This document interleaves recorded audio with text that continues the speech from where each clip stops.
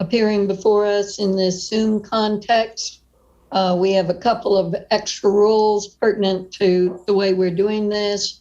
Number one is please silence any devices that you may have with you or with anyone in the room there. Number two is we don't allow audio or video recordings of this proceeding any more than we would if we were in New Orleans. Our usual rules include that we have the time clock. When the yellow light comes on, you'll have 2 minutes left. And when it winds down to 0, we ask you to answer, conclude your argument or answer the question that the court has put to you. And the other one is that we have read your briefs and record excerpts. We may not have become acquainted with every page of the record, and we do appreciate record citations.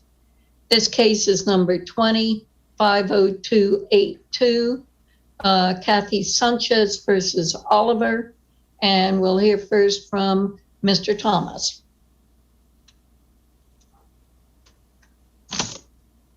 Now, unmute yourself.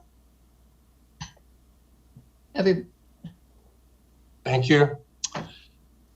I'm Bruce Thomas. I represent the plaintiff below, the appellant on appeal, Kathy Sanchez, who is the mother of the decedent Eli Ghana. I would like to address the issues in the same order that we raised them in our brief. First, whether the qualified immunity defense is available to the individual defendant here, Natalie Oliver.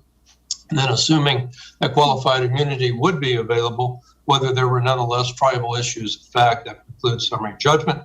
I'll probably leave the patient safety work product privilege issues to our brief unless the court has questions about them, of course. First, is the qualified immunity defense available to Oliver as an employee of a large for-profit contractor that is systematically organized to perform a major administrative task for a profit and operates with relatively less supervision than a typical government employee? Every appellate court that has addressed that fact pattern has answered the question, no, qualified immunity is not available. Beginning with the United States Supreme Court decision of Richardson versus McKnight and continuing with cases in the 6th, 7th, 9th, and 11th circuits that we cite in our brief. And that is the distinction that this court made in Perniciaro to distinguish those cases in the 6th, 9th, and 11th circuit that from the situation before it that involved two Tulane University professors who were working part-time for a state mental health facility.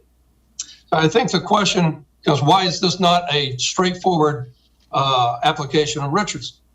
And I think it is. But the question becomes, did Filarski change things? Did the Filarski opinion in 2012 so undercut or limit Richardson that Richardson is no longer good law on this point? And again, nearly every court that has addressed that decision has answered that question, no. Richardson continues to be good law. Filarski did not change anything on this issue of large private contractors formed for profit to take on administrative tasks. And that would include cases decided after Filarski by the 6th Circuit, McCollum, the 7th Circuit, and Curie, and a number of district court decisions. Two of them we cite in our reply brief, and particularly Tolbert versus Guzman out of the Eastern District of Louisiana, which concerns Correct Care Solutions, LLC, and also the 2016 New Mexico decision that concerns the very employer that we have here, Correct CHC, and determined that its employees are not entitled to qualified immunity.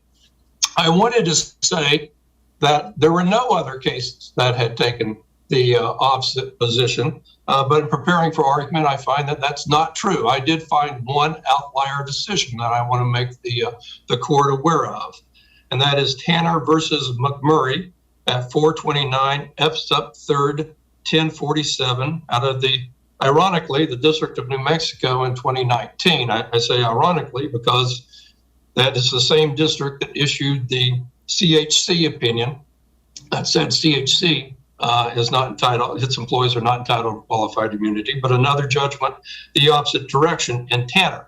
That case is on appeal before the 10th Circuit. It was argued in September, and at least as of this morning, there's no decision on it. But if the 10th Circuit reverses that case, then it will still be a clean sweep for our position. If they don't, of course, then there'll be a circuit split on this particular fact pattern that the court should be aware of. If one is looking for a template for the outlier position, Tanner is it. It is a well-written opinion. It is very lengthy. It has a number of, it's over 130 pages. It's still not comprehensive because it fails to note that there is a contrary decision in the court's own district. But I think it does make the best case for the outlier position. I think ultimately it fails because it fails to follow Richardson and Filarski. Filarski itself doesn't purport to overrule Richardson. In fact, it purports on its face to affirm it. And I think the Tanner decision goes on to suggest that policy considerations since Richardson have changed the balance with a concentration of large players in the correction healthcare community. Those players might go out of business if they don't have the benefit of qualified immunity. I think the court takes that too far. I don't think that's what we've seen, at least prior to 2019.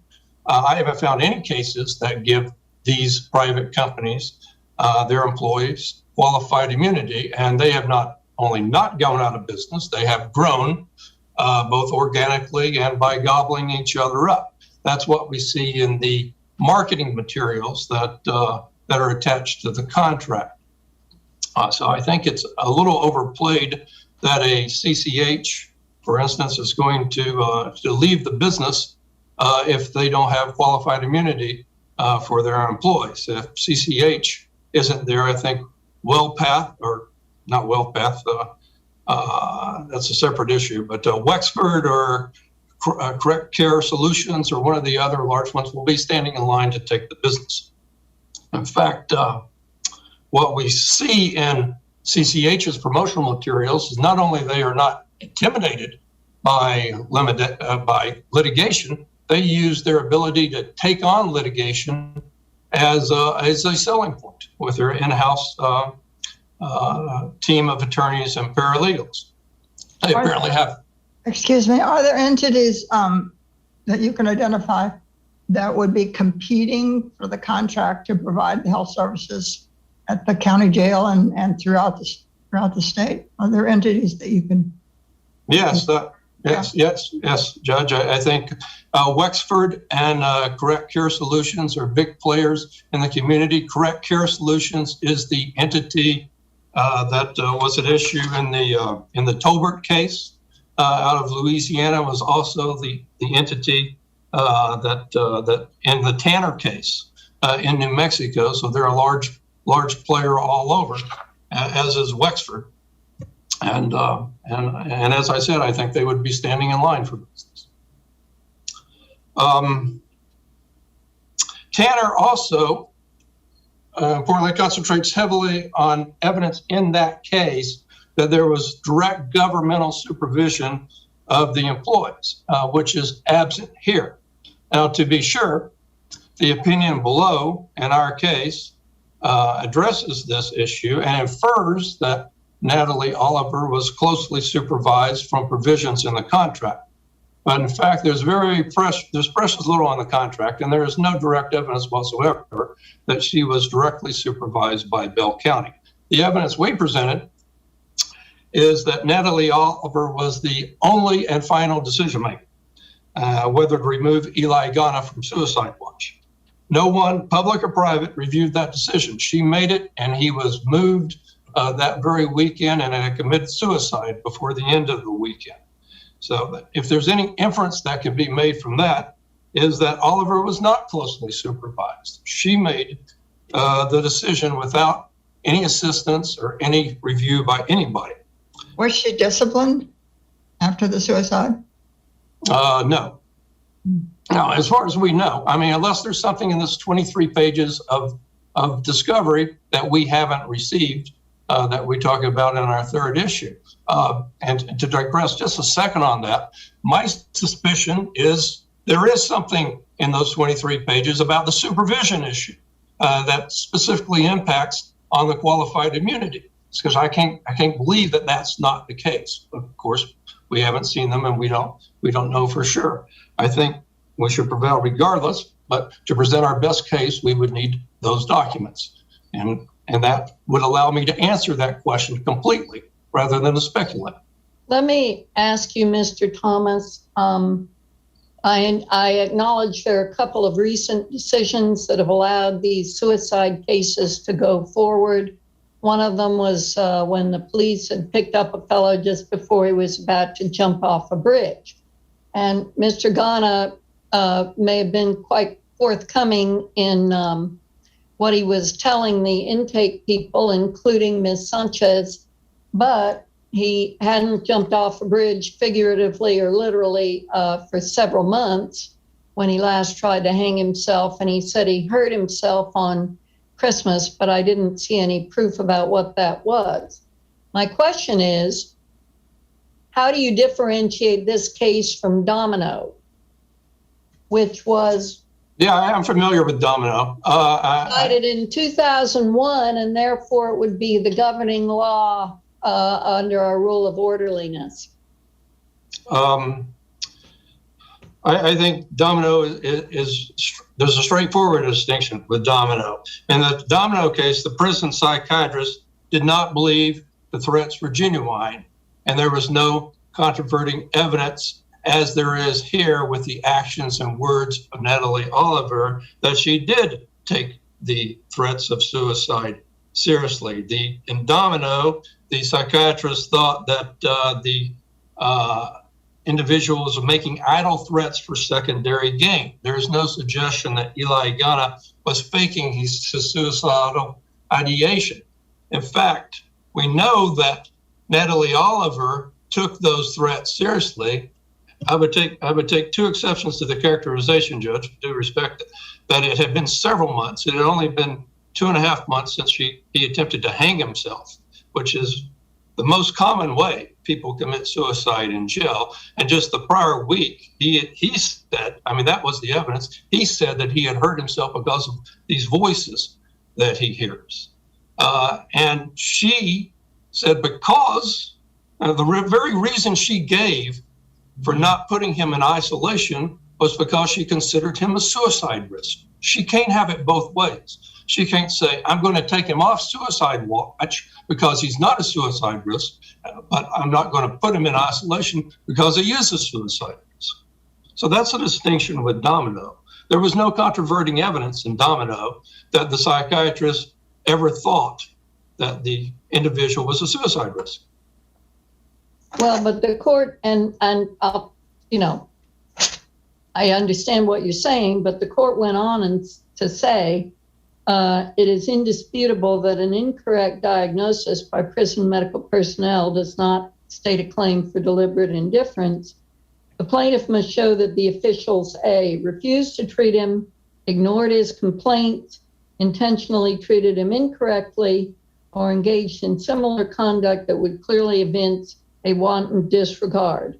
The decision whether to provide additional treatment is a matter for classic medical judgment.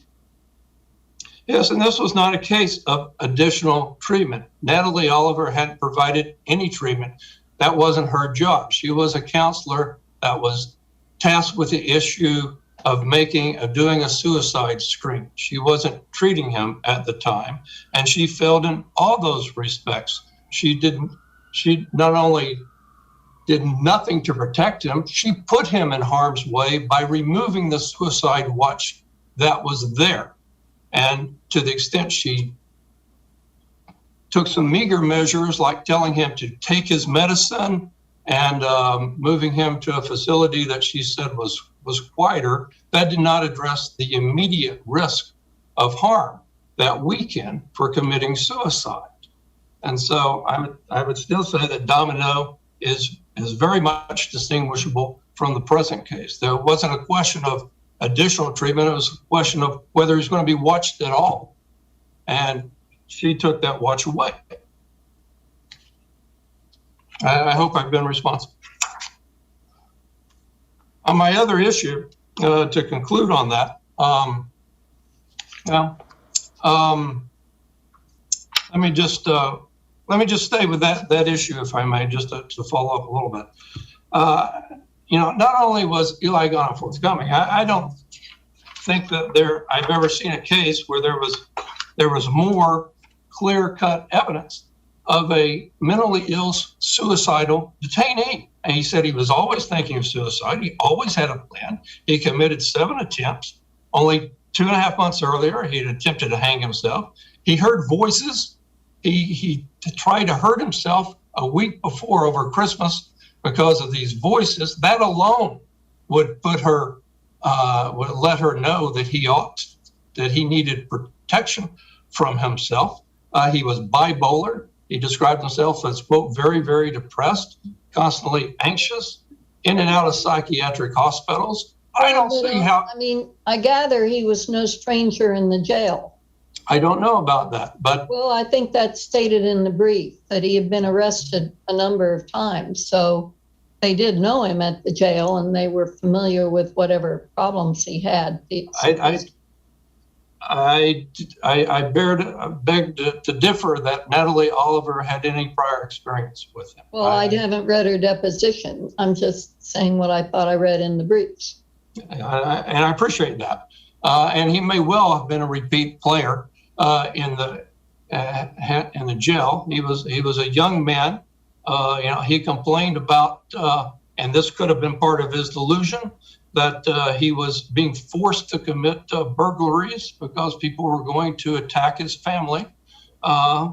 This was part of the reason he was in and out of psychiatric hospitals. But the question is, did Natalie Oliver have subjective knowledge of a substantial risk of harm? And she certainly did. She admitted that when she said that she wasn't going to put him in an isolation cell because he was suicide risk. All right. Thank you, sir. Next, we'll hear from Ms. Pickett. Unmute. Nope. Unmute. I'm sorry, I was told to do that, but completely forgot. May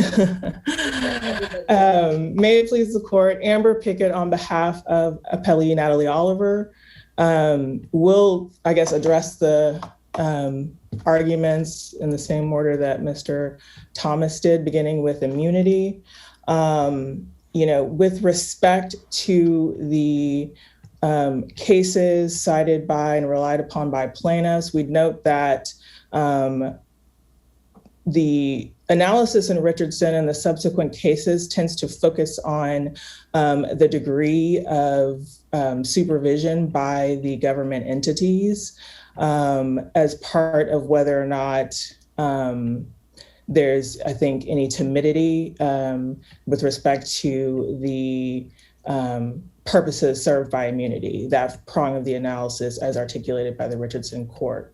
However, in all the cases relied upon, there's not really significant discussion about what exactly limited supervision means under each particular circumstance. And here, the court went through analysis and the record reflects that there is I think more supervision than referenced in the cases relied upon by plaintiff. The terms of the contract do require that CHC and its staff are required to operate within the requirements of the county's healthcare policies. Under the contract, CHC was not permitted to make changes to staffing without approval of the sheriff. Background checks of the staff were performed by the county, and the ability of the staff members to work at the facility was subject to final approval by the sheriff or the county. The sheriff could express dissatisfaction with CHC staff, and if the matter was not resolved to the satisfaction of the sheriff, CHC could not allow the person to enter the facility and provide healthcare services to the detainees. Ms. Oliver did Who was her report. immediate supervisor? I'm sorry? Who was her immediate supervisor? It was the health services administrator who was employed by CHC, but that administrator does report to the county as well pursuant to the contract. And with respect to her making an independent determination with respect to Mr. Ghana, she did. She's a licensed clinical social worker, but she does consult with the county with respect to housing recommendations because of the space available at the jail. Was she disciplined after the suicide? No, she was not.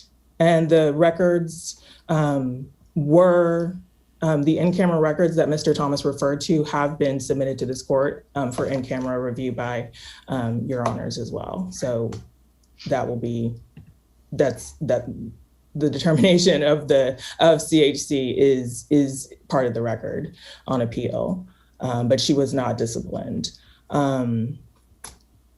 You say she was required to defer to the county about housing the inmates, but what is this that is in the other brief that says that she disagreed with putting someone like Ghana in the infirmary where he would be individually scrutinized? Did she say she disagreed with that county policy? She did not. She believed that isolation would worsen his condition because even though he expressed, there is her understanding as a licensed clinical social worker is that, isolation can destabilize certain people who have suicidal tendencies.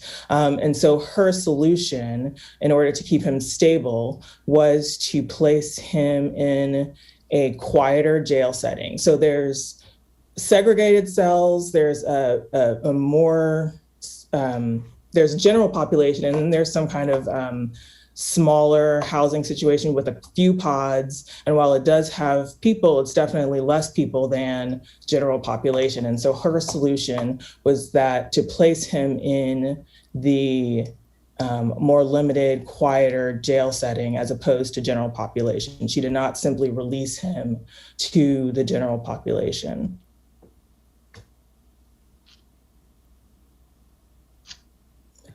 If that answers that question. She did make the determination independently with respect to the risk and where to place him, but she consulted with the staff. I don't want to say that they overruled her. She did consult with them as to what was available. And yes, she could take someone off suicide watch, but anyone, including county staff, could put someone back on if they felt that observing them in the jail, they might have presented a risk. And I think, as Your Honor has pointed out, Mr. Ghana had been at that jail before and had come in contact with jail staff before, but not Ms. Oliver. And so, to the extent that they had some awareness of his personality and disorders, if they had observed anything and wanted a subsequent mental health evaluation by Ms. Oliver, they could have put him back on watch until, she or another mental health care provider came to evaluate him again. May I step back on the matter of qualified immunity for a second? Sure. And Mr. Thomas has cited 3 or 4 circuit court cases since Richardson and a couple of them since Filarski that have held that personnel in for-profit prisons or prison kinds of work cannot use qualified immunity. But I thought I saw a citation to a 10th Circuit case. Is there a 10th Circuit case that holds otherwise that you know of? Not that I'm aware of, Your Honor, I'm sorry. Okay, I just thought I saw that reference somewhere. But you do have to agree that several other circuits have held there's no qualified immunity. Correct. I'd agree that they made that holding, but I think what I was trying to point out earlier is that I think in part it's based on the level of supervision. However, the cases didn't analyze the facts that establish the government supervision in each of those cases to the extent that I just laid out. Okay. All right. So, yeah.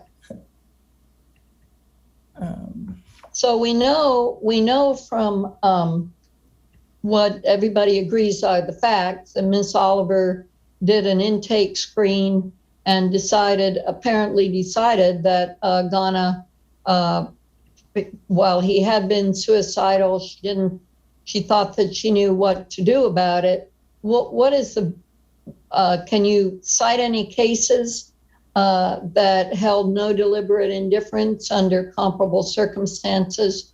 In other words, what's your best authority for saying no deliberate indifference? I'm not sure about best authority, but I liken this to, I think, the Flores case, where Flores versus County of Hardman. In that case, the sheriff placed a detainee on suicide watch, placed him in a special cell, and prohibited the use of certain supplies because of the detainee's strange behavior. Later, I think maybe 12 hours or so, the sheriff discontinued the watch because the detainee appeared to be doing better. And even though the detainee later committed suicide, this court found that the sheriff had not acted with deliberate indifference because the detainee did not give any indication of suicidal tendencies at the time. And certainly, I think, in this instance, the record reflects that Miss Oliver determined that Mr. Ghana was not immediately suicidal, and therefore, in light of his mental health condition, she created a plan, however unsuccessful, that she believed would prevent Mr. Ghana's condition from worsening. So I think that would be a similar instance.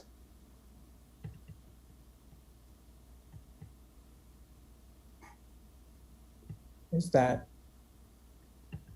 And I gather this event was investigated by the Texas Commission on Jail Standards? Yes, I believe it was. I don't recall. I don't believe they issued a finding that there had been any wrongdoing, but I honestly couldn't point to the citation in the record and state that with any degree of certainty. Well, I wasn't. We've had that in other cases, and I didn't know whether they did it in the case of a contract medical company as opposed to the governmental one. Well, I believe I know that there was an investigation because the county did provide the records to the commission, to complete that investigation. I simply cannot recall right now what the results of that investigation were offhand. But that's in the record, I guess. I believe so. Yes, Your Honor.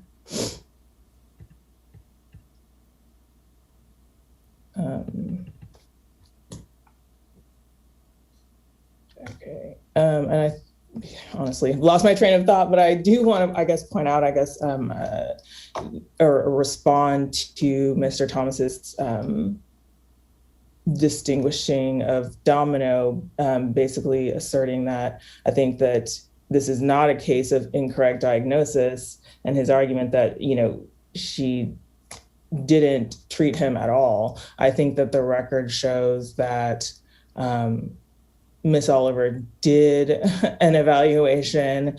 She and Mr. Ghana discussed his mental health diagnoses, his medications, his prior instances of suicide attempts, and how they differed from his current, and how his condition at the time differed from his current condition, his prior drug use, his relationships. And so, and she didn't just, tell him to take his medication, but it was part of a comprehensive plan of hers to keep him stable. The medication, the reference to the medication was because at his last suicide attempt, he had not been on medication. And so her recommendation was for him to, an agreement to try and get him to stay on his medication so that he would remain stable. So it wasn't just a take your medication and you'll be fine. It was an acknowledgement that she had considered his prior history and evaluated in light of his current condition and factor that into her treatment plan to keep him stable.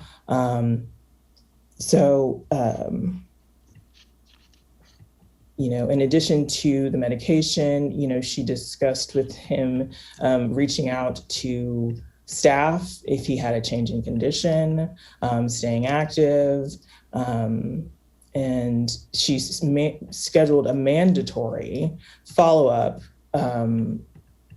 session with her as well. So it wasn't just that she... When was that going to occur? I believe within the next week when she came back from the holidays, but I can't recall specifically if it was within the next week, but I do know that a mandatory follow-up evaluation was mandatory follow-up evaluation was scheduled for Mr. Ghana. Let me ask you, in the jail here, I presume they didn't allow him to walk into a pod with his little bottle of Abilify, right? I mean, the way medicines are dispensed, the jail would have been responsible for giving him that medication, would they not? Correct. Yeah. Right. As part of the healthcare services, once a prescription is placed, and there's no allegation that he didn't get it, right? I don't believe plaintiffs have made that assertion. And then, so I believe that kind of covers all the conduct with respect to her conduct.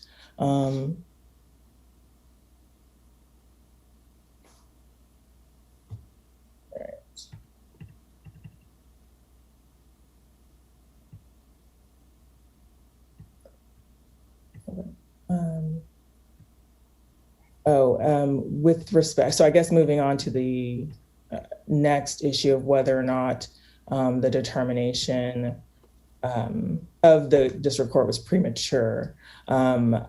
Those arguments, I think, arise a little late. The argument is based on Rule 56D, allowing for the continuance of a premature motion for summary judgment to gather evidence. However, plaintiffs never made a motion seeking a continuance based on the absence of those protected records. Plaintiffs only filed a motion seeking additional time to respond to the summary judgment motion because of technical issues with the counsel's server. Plaintiffs only raised the complaint that they had not been able to sufficiently respond to the summary judgment motion or present their best case after the magistrate judge had issued his report and recommendations. So never before the judge looked at it did they bother to raise the issue of those records and ask the court to wait until a ruling on the discovery motion before issuing any recommendations as to the actual motion for summary judgment. Rather, they fully briefed it and responded to it on the merits. And I guess with respect to whether or not the records are protected, defendant maintains that they are protected by the Patient Safety Work Product Privilege, which is established under the Patient Safety and Quality Improvement Act of 2005. The documents at issue, as we've said before, were submitted to the court in camera as part of the record. The record indicates that the documents were created as part of a patient safety evaluation system for the purpose of reviewing patient care and for the purpose of reporting to a patient safety organization. The documents were created in or input into a risk management system, which was separate from the medical chart. The records were either reported or scheduled to be reported to the patient safety organization. The records were not created to satisfy any reporting requirement to a state agency. Plaintiff's argument regarding the timeliness of the reporting doesn't negate the record's status as patient safety work product. For example, we've cited a case from a Virginia court, Lewis v. Apade, I'm not sure if that's pronounced correctly, but where the court determined that the statutory definition allows for unreported records to be patient safety work product because they were collected within a patient safety evaluation system. The ruling was based on the court's observation that the regulations issued by the Secretary of the Department of Health and Human Services provided for a more expansive definition that protected information at collection. And that is consistent with one of the Act's definitions of patient safety work product, which includes records that identify or constitute the deliberations or analysis of a patient safety evaluation system. The statute defines a patient safety evaluation system as the collection, management, or analysis of information for reporting to or by a patient safety organization. The definition does not require the records to have actually been reported. The definition is actually notably in contrast to an alternative definition of patient safety work product under the Act, which protects records that are assembled or developed by a provider for reporting to a patient safety organization and are reported to a patient safety organization. Therefore, the timeliness of the reporting is of no concern with respect to the determination of whether or not those records constitute patient safety work product. And the records were never disclosed to any other party, including the county. There was a custodial death investigation following Mr. Ghana's death, and the county, as required, did notify the commission of Mr. Ghana's death and provided whatever documentation was necessary to the commission. And if those records that are currently, in the record in camera for this court to review had been part of the county's disclosure, they would have been contained in the records obtained by plaintiffs following their public information records request, and they were not. Therefore, we believe the privilege applies to the records. And as I'm coming up on time here, if there are no further questions, I'll just conclude by requesting that the court affirm the grant of summary judgment to Ms. Oliver based on her qualified immunity. Okay, thank you very much. We'll return to Mr. Thomas for rebuttal. You're on mute again. Unmute yourself, please. I know it's everybody does it. It's frustrating. Yes. I actually have a sign up here that says unmute, and I'm still doing it. Judge Jones, you did see a reference to a 10th Circuit case in Pernicio. But what I want to clarify is that it is not this fact pattern. It is not the fact pattern of a large private contractor systematically organized for profit take on administrative state function.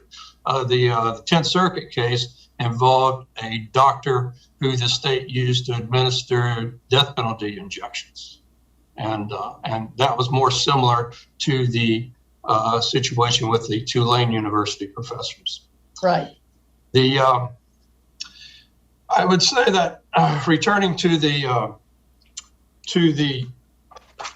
policy guidance here that the county can certainly issue, whether it actually did or not, the record is silent. But I would say people supervise, not paper.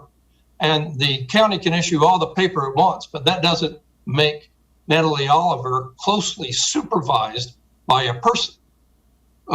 This was just high-level policy guidance that the county could do. It didn't even specifically address mental health. It simply said that the county could issue policies and procedures which directly relate to the provision of medical services. And certainly it could, but that's a very loose umbrella under which CHC was operating.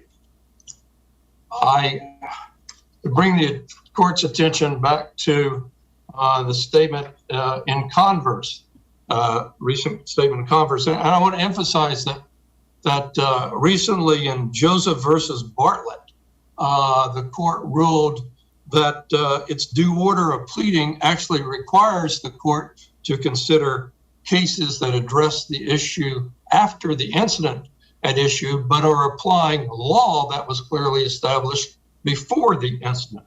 And I think, therefore, Converse is fair game here, and I think it's very, very appropriate. Converse reiterated that taking some reasonable precautions does not mean the officer, on the whole, behaved reasonably. And I think that is apropos here. Converse relies upon Jacobs, and Jacobs, they took some measures. The first day, they didn't give the detainee any sheets or anything the detainee could hang himself with. But the second day they did, they gave him a sheet and he promptly hung himself with it. So the fact that they were more careful the first day didn't mean that they were not deliberately indifferent. And Converse, they took the shoes away, apparently to keep him from using the laces to hang himself, but they gave him a blanket and he promptly used that to hang himself. So they effectively took one ligature device away and gave him another ligature device, and that did not overcome the problem of their deliberate indifference. And the same here. Nothing that Natalie Oliver did overcame the huge deliberate indifference resulting from actually actively taking him off suicide watch. Cases about whether other people were deliberately indifferent after he was transferred to cases about Natalie Oliver's actions and inactions. And What she is was a vilify? deliberately indifferent. Excuse me, Mr. Thomas, what is Abilify? What does it do? It's a psychotropic drug that, from my understanding, is designed to try to level out a person's emotions. And I have no reason to think that he wasn't given it, but I have every reason to think that he attempted suicide 7 times in the past when he was on Abilify his entire life, and it didn't do any good. You don't have any evidence about that. Well, I do. No, I do. no, you've made allegations, but the characteristics of people with these kinds of problems is that when they are unsupervised, they don't take their medication. And I think that's a fair inference that he had gone off his medication many times. Well, but when he's in the jail, he's getting his medication. That's the only point I'm making. Well, and that may well have occurred here, but I don't think we can assume that the other instances where he attempted suicide, he wasn't on his medication each time. Well, you're That's the my only plaintiff, point. and you would have the burden of proof on that. Well, what we gave the court was his records that show he had been on Abilify basically his entire adult life. No, that's what he said. Well, the records, the county records back that up from our expert report that reviewed those and included them. And that's my rebuttal. All right, sir. Thank you very much. Thank you. We'll take it under advisement.